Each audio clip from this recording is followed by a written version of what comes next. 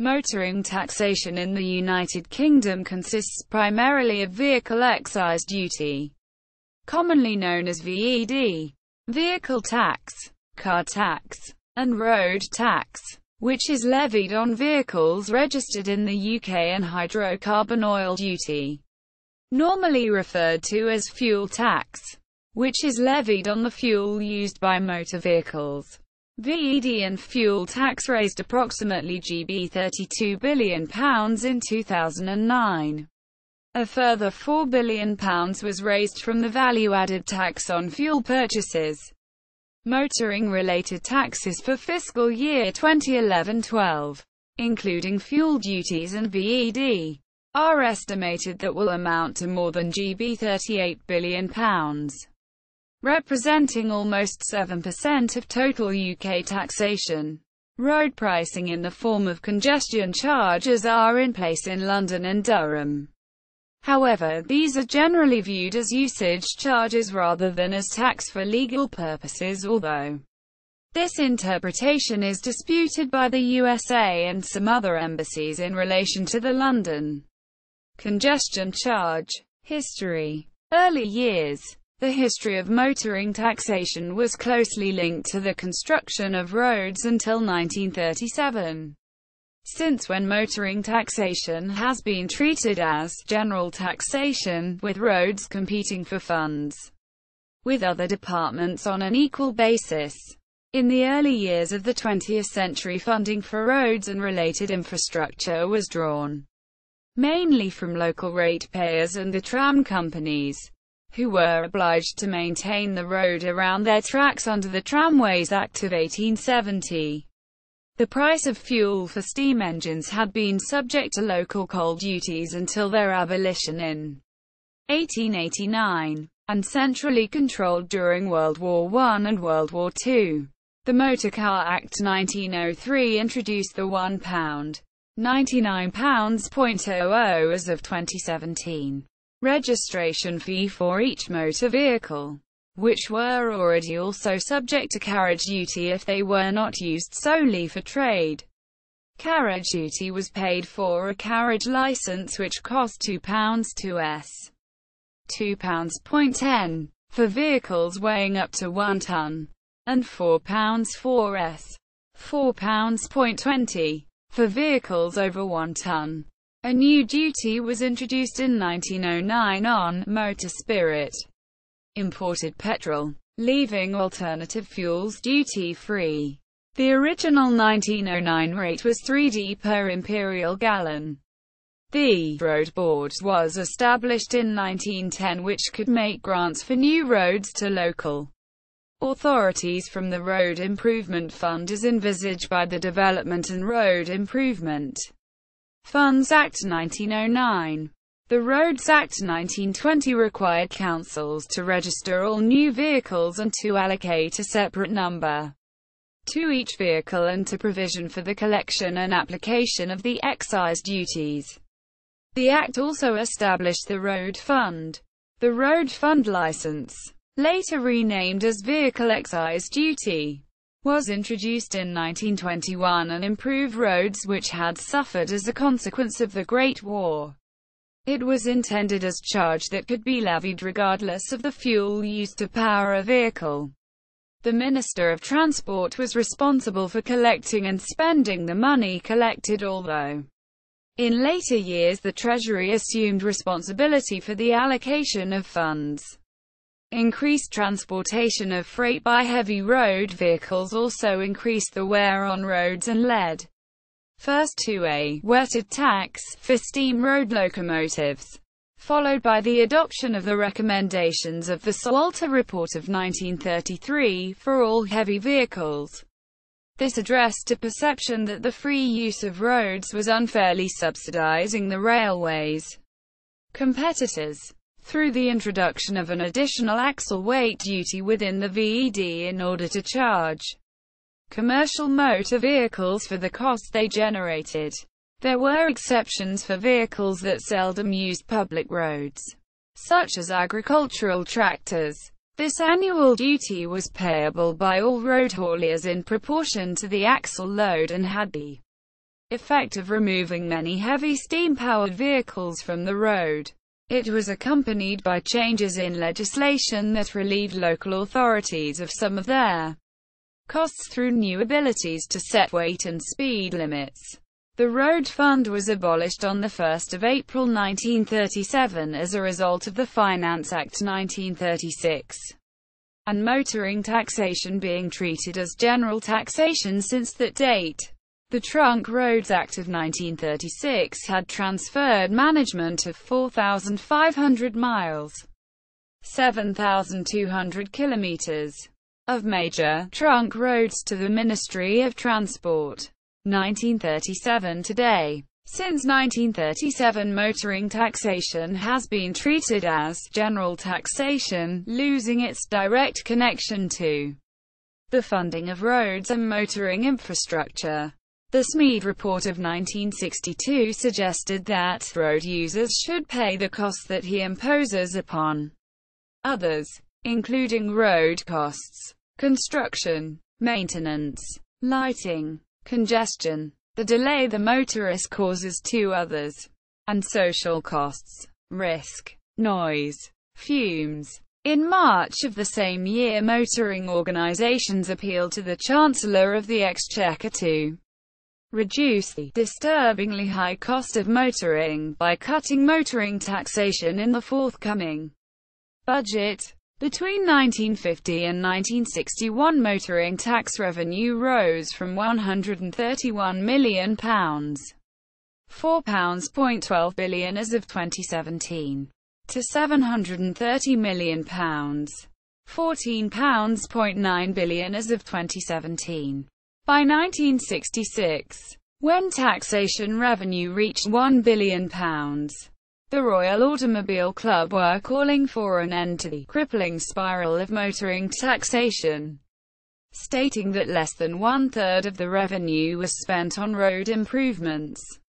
Following extensive and politically damaging road protests in the UK during the early 1990s, including the M11 Link Road and Twyford Down, the Conservative government introduced the fuel price escalator, which were automatic fuel tax increases above inflation with an objective to stem the increase in pollution from road transport and cut the need for new road building. The policy was retained by the incoming Labour government in 1997 and was withdrawn after the fuel protests of 2000. Since 2002, policy cues have been given using the income tax system to encourage the purchase of company cars with low emissions.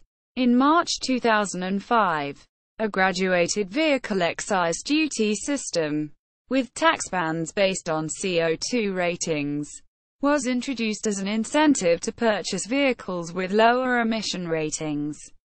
In 2012, the government announced that it was consulting on introducing HGV road user charging in order to ensure that foreign hauliers pay their fair share towards the upkeep of British roads.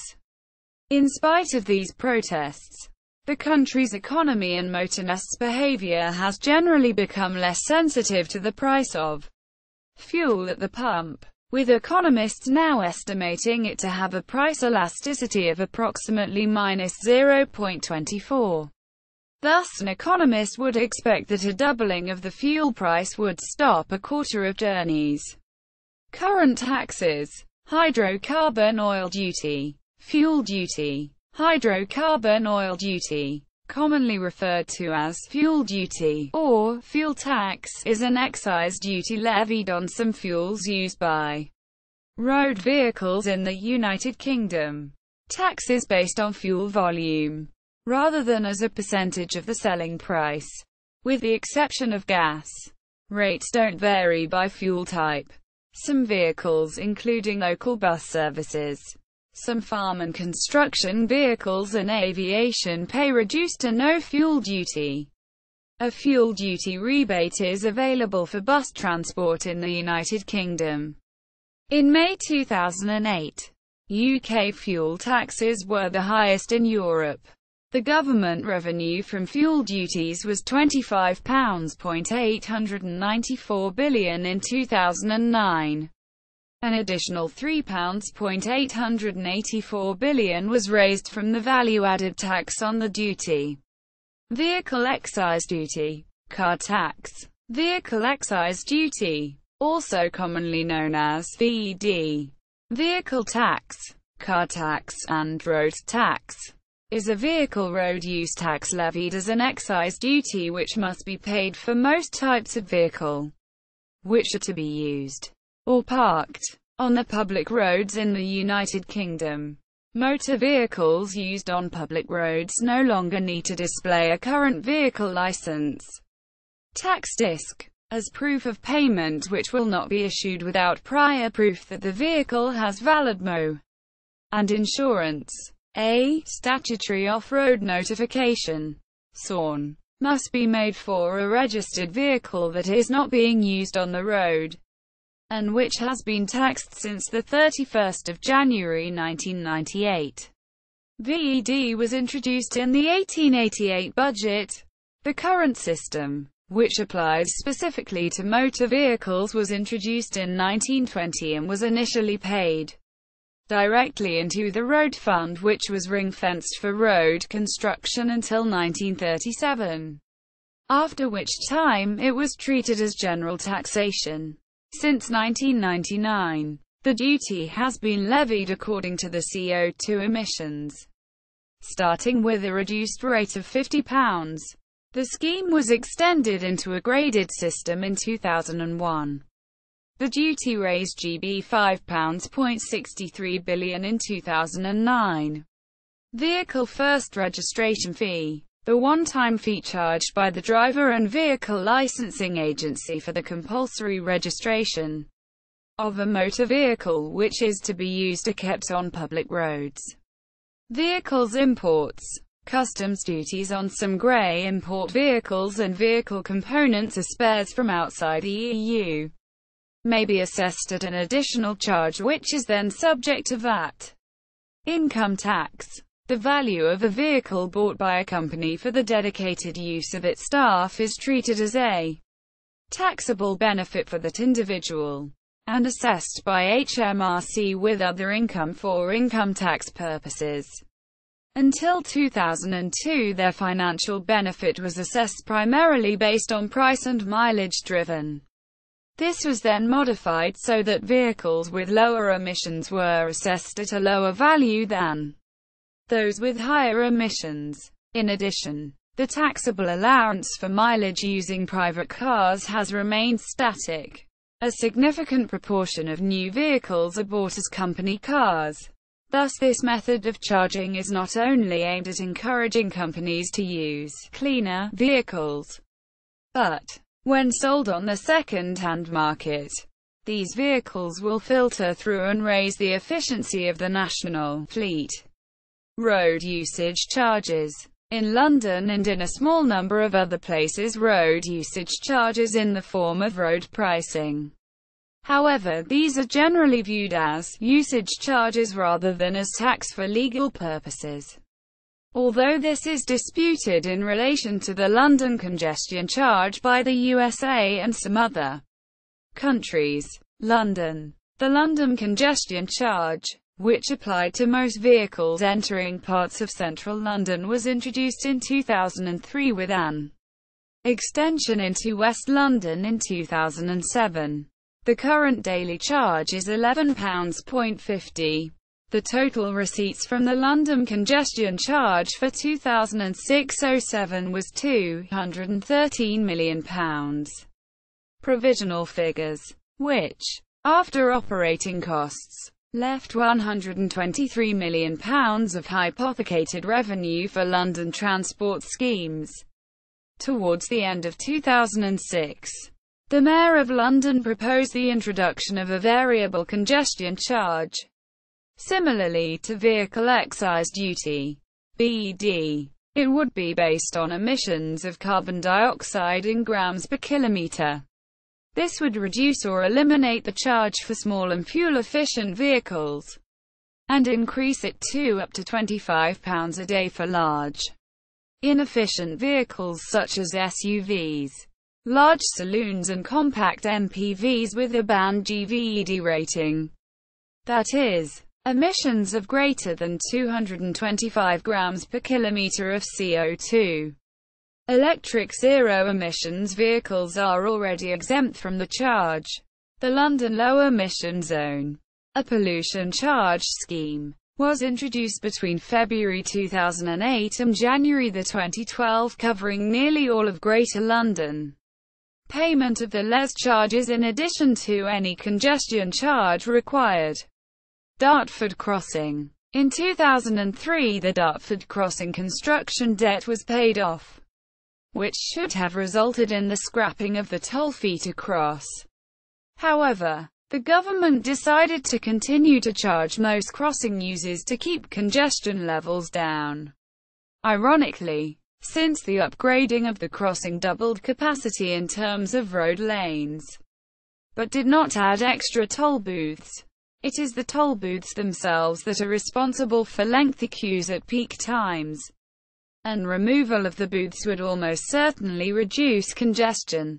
As with congestion charging schemes, all proceeds must be used for transport purposes. In 1 year this money amounted to £60 million. M6 Toll Road. The UK's first privately operated motorway opened in 2003. The M6 toll, originally the Birmingham Northern Relief Road, is designed to relieve the M6 through Birmingham, which is one of the most heavily used roads in the country. Other road usage fees. The Durham City Congestion Charge was introduced in 2002. Receipts from the scheme for financial year 2006-07 were £67,000. There are only 2 toll roads which are public rights-of-way. Rye Road between Hoddesdon and Roydon and College Road, Dulwich, together with some 5 private toll roads. Proposed taxes and charges. Road pricing. In 2005, the government published proposals for a UK-wide road pricing scheme.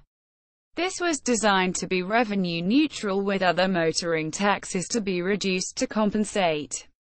The plans have been extremely controversial, with 1.8 million people signing a petition against them. Workplace parking levy. Nottingham became the first city in the UK to introduce a workplace parking levy. The levy means a charge to £350 on each parking space made available to employees at businesses with more than 10 such parking spaces. The council proposed to use the revenue, which was £10 million in the first year, to develop the city's tram system. Future tax revenue reduction. A 2012 study by the Institute for Fiscal Studies, IFS, funded by the RAC Foundation, found that the government's drive to promote green vehicles with a lower carbon footprint could result in a significant loss of revenue from motoring taxes, estimated at GB £13 billion by 2029 at current prices. According to forecasts by the Office for Budget Responsibility, this revenue decline is partly due to improved vehicle efficiency and the growth of plug-in electric vehicles. Among the options available to the government to offset the loss, a further increase of the duty on petrol and diesel and the introduction of new taxes on alternative energy sources such as electricity for vehicles were considered. However, due to lack of popularity of the former and the risks of hindering the entire green vehicle strategy, the IFS study recommended to introduce a nationwide system of road pricing to charge drivers by each mile driven, with higher pricing in congested areas at peak times, while reducing the existing motoring taxes. Under this strategy, drivers in the countryside would be likely to pay less, as rural motorists are currently overtaxed according to the study. See also road pricing in the United Kingdom, toll roads in Great Britain. Fuel for thought, the what, why and how of Motoring Taxation Institute for Fiscal Studies. 2012.